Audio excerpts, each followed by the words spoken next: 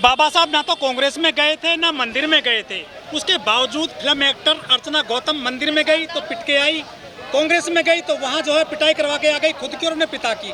आखिर ये क्यों भटक रहे हैं SC ST के लोग? देखिए, जो लोग भी इस देश में बहुजन आंदोलन से परिचित नहीं हैं, उनको सेल्फ रिस्पेक्ट, आत्मसम्मान के बारे में पता नहीं होता है। और जिनका आत्मसम्मान मर जाता है वो जानवर के समान होता है। और आप जानवरों की स्थिति देखते हैं कि कैसे लोग जानवरों को, कैसे उसका मालिक बदल जाता है। कभी किसी भी जानवर के गले में किसी का पट्टा तो कभी किसी का पट्टा। तो ये जो समस्या है वो आत्मसम्मान की समस्या है। और जो लोग भी बहुजन आंदोलन से नहीं जुड़ेंगे, बहुजन समाज पार्टी के मिशन से नहीं जुड़ेंगे, वो लोग, उनकी जो हालत है वो आपको ऐसे ही, जिनका आपने नाम लिया वैसे ही आपको दिखेगी। केवल वही एक शख्स नहीं है, यहाँ बड़े बड़े लीडर हैं जो बाबा का नाम लेते हैं और बापू के चरणों में वो मिलते हैं। तो केवल उनकी ये समस्या नहीं है, सवाल है कि उनके अंदर न मूवमेंट से न जुड़ने कारण न उनके अंदर सामाजिकपन पैदा हुआ है, न वो अपने समाज की पहचान कर पाते हैं। और इसलिए वो मनवादियों के हाथों में अपनी मुक्ति का मार्ग ढूंढते हैं। और जिसके कारण है भाई, वो जिस तरह का उनके साथ व्यवहार चाहते हैं उस तरह का करते हैं। लेकिन सर, कांग्रेस तो मोहब्बत की दुकान चला रही है पूरे देश में, वहाँ पर दलितों की पिटाई होगी क्या? देखिए, कांग्रेस अभी मोहब्बत की दुकान चला रही है, आगे कौन सी दुकान चलाएगी? क्योंकि जब शरीर कमज़ोर होता है तो सारे जो है लोग इंतजाम करते हैं। कोई डॉक्टर के पास जाता है तो कोई वैद्य के पास जाता है तो कोई तांत्रिक के पास जाता है। तो अब ये वो कांग्रेस नहीं है जो एब्सोल्यूट मेजॉरिटी में कभी रहती थी। अब ये कांग्रेस वो है जिसको पता है कि इस देश का जो भविष्य है वो SC ST OBC के हाथों में है, माइनॉरिटी के हाथों में है। और अगर वो SC ST OBC माइनॉरिटी की बात नहीं करेगी तो उसका भी भविष्य इस देश में ज़्यादा लंबा चलने वाला है नहीं। तो इसलिए वो आपको जो है गुमराह करने के लिए आज इस तरह का मोहब्बत की दुकान चला रहे हैं। जहां उनकी सरकार चलती है वहां उनको मोहब्बत की दुकान नहीं चाहिए होती है।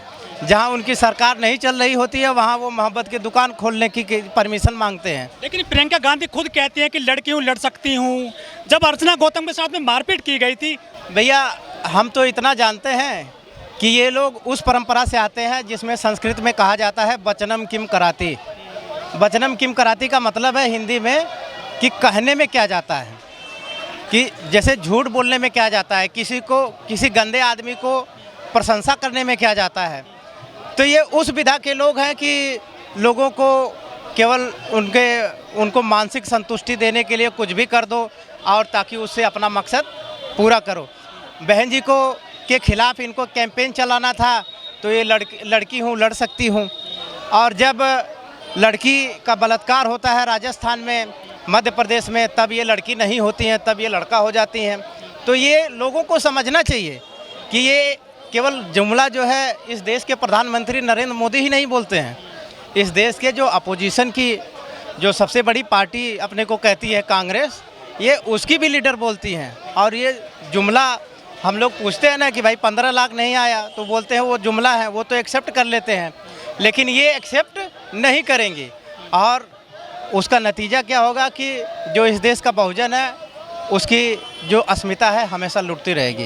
लेकिन सर, दलित क्या पिटने के लिए बने हैं कांग्रेस में? नहीं, दलित देखिए पिटता नहीं है। हमने कहा ना कि जिसका आत्मसम्मान मर जाता है तो वो जानवर के समान होता है। अब आप देखते हैं कि जानवर जब सड़कों पे चलता है या कहीं भी होता है तो उसके साथ कैसा लोग सलूक करते हैं। ये समस्या कांग्रेस की बीजेपी की नहीं है, ये समस्या आत्मसम्मान की है। अगर ये कांग्रेस बीजेपी की समस्या होती तो शायद ईवी पेरियार, रामास्वामी नायकर कांग्रेस न छोड़ते और वो सेल्फ रिस्पेक्ट मूवमेंट न चलाते। वो सेल्फ रिस्पेक्ट मूवमेंट ही इसलिए चलाए क्योंकि दलित पिछड़ों की जो समस्या है वो आत्मसम्मान की है। जब आपके पास आत्मसम्मान होता है तो आपका कोई भी कभी भी बाल बाका नहीं कर सकता है, ना आपके सम्मान पे वो बट्टा लगा सकता है। लेकिन जो खड़गे साहब है वो भी तो राष्ट्रीय अध्यक्ष बने बैठे हैं, वो भी दलित हैं कांग्रेस के। भाई खड़गे साहब को क्यों प्रेसिडेंट बनाया जा रहा है ये भी समझने की बात है। एक तरफ का जो कांग्रेस पार्टी खड़गे साहब को प्रेसिडेंट बना रही है, दूसरा पूरा देश कह रहा है कि अगर आपको मोदी जी को हटाना है तो बहन जी को प्राइम मिनिस्टर आप नॉमिनेट करो। आप बहन जी के रहनुमाई में इस देश 2024 का इलेक्शन लड़ो, तो अब बहन जी को तो वो अपना नेता मान नहीं सकते, क्योंकि वो उनकी जो चातुवर्ण व्यवस्था है, जो उनकी सदियों की गांधी जी ने परंपरा स्थापित की है, उसके वो खिलाफ है। तो इसलिए बहन जी जैसे नेतृत्व को रोकने के लिए उनको कोई ना कोई चाल तो चाहिए, दलितों को कुछ तो चाहिए। अब दलित तो ब्राह्मण के नेतृत्व में कभी भी संतुष्ट होगा नहीं, तो इसलिए दलितों को दिखाने के लिए, वो सफ़ेद दांत दिखाने के लिए हमें तो कुछ ना कुछ तो करना पड़ेगा। जब इसके साथ में मारपीट की गई अकबर रोड पर 24 पर राष्ट्रीय कार्यालय है कांग्रेस का, तो वहाँ अर्चना गौतम को बचाने के लिए कांग्रेस का एक भी हरिजन नहीं आया। भाई इससे हमारा क्या लेना है? जैसा आप रास्ता चुनते हो, people get what they deserve, ये कांसीराम साहब बोलते थे।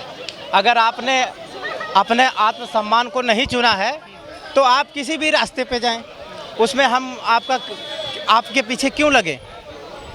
अब आप जहां जा रहे हैं ये आप भी क्या पिटने का इंतजार कर रहे हैं जो कांग्रेस में हरिजन बने बैठे हैं भी? मैं ये कह रहा हूं कि जिसका स्वाभिमान नहीं है वो इंतज़ार क्या कर रहा है? वो तो उसको कब पीटा जाएगा, उसके साथ क्या सलूक हो रहा है।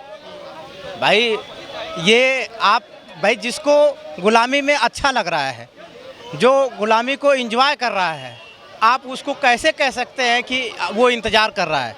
वो तो गुलामी ही एंजॉय कर रहा है।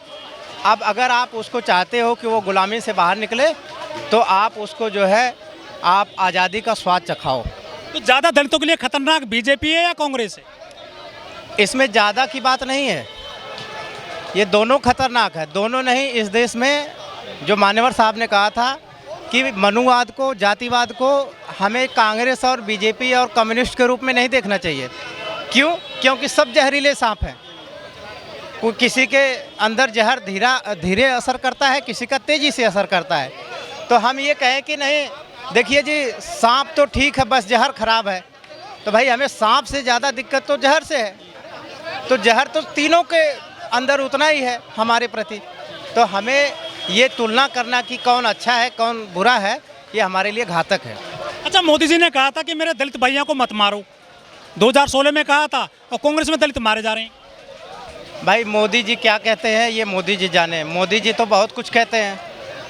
ये मैंने कहा ना कि इनका जो सिद्धांत है वो सिद्धांत ही है वचनम किम कराती, कि झूठ बोलो, धोखा दो।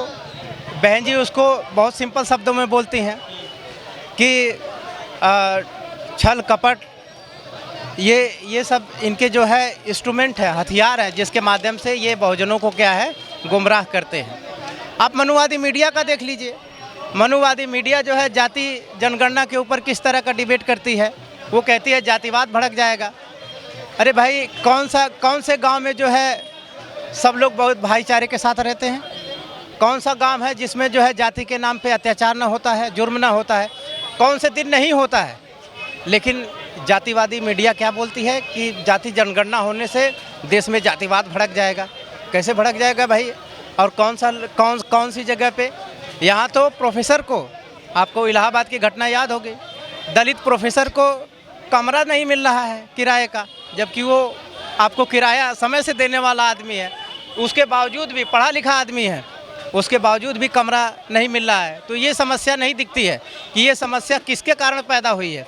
लेकिन अगर ये पता चल जाए कि समस्या से पीड़ित कितने लोग हैं, तो उसमें जातिवाद नज़र आ जाता है।